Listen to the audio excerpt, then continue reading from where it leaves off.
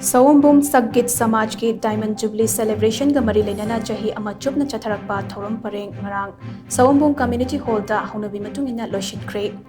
लमलाई एसीगी MLA cage इबोमचाना chief guest ओइना सरुक याखिबा थौरम अदुदा SAWOMBUNG संगीत समाज की artist सिंगना flute रिसिटल कबुई dance fusion music पुंग चोलोम लेसेम जगोई अमदी थांग ताना चिंगबा परफॉर्मेंस कया उतखी थौरम अदुगा मरी लेना एमएलए केज इबोमचाना हाई हौजिक की मिरोलदा लिचत साजत काइथरकपा कया थेंगनदबा नते अदुबो थांगता अमदि अतै कल्चर गा मरी लेनबा महिरोई सिंगदे ओजा गुरु अमसोंग अहल लमनदा नोलोकना चटपा थेंगनै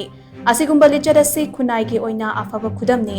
SAWOMBUNG संगीत समाज के हौजिक लोइशिनबा ngamdana लेरिबा बिल्डिंग असि अथुबदा लोइशिन्नबा होटनारगनि हाइनसो एमएलए केज इबोमचाना थाजबा पिखि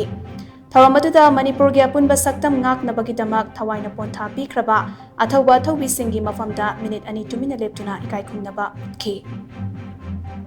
अखोइगी लमदमसिंदा लैबा सात्रसिंगसे मसाकी लैपटॉप अमा नत्रगा कंप्यूटर अमा लैबिबा मखोगी कैपेसिटी लैतबसे चापकी मरथुगी मदकता लैबिबा ngabde वायरस मदु यावदरगति ममाराबसिंग कंपटीशन तौबसे अरोइदो अतुकी खल्लकांदा कंप्यूटर सामे फेनी होती इरमो कॉलेज थम्बिबसे अदुना मसिदा कोई लपदमसिगी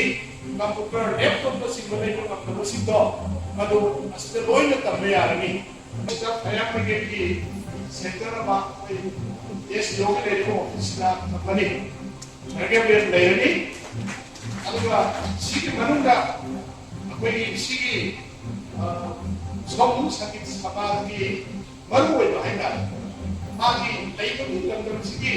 थोरइबा मयाम कानागदबा मयाम दो आई कोइदसु हाउजे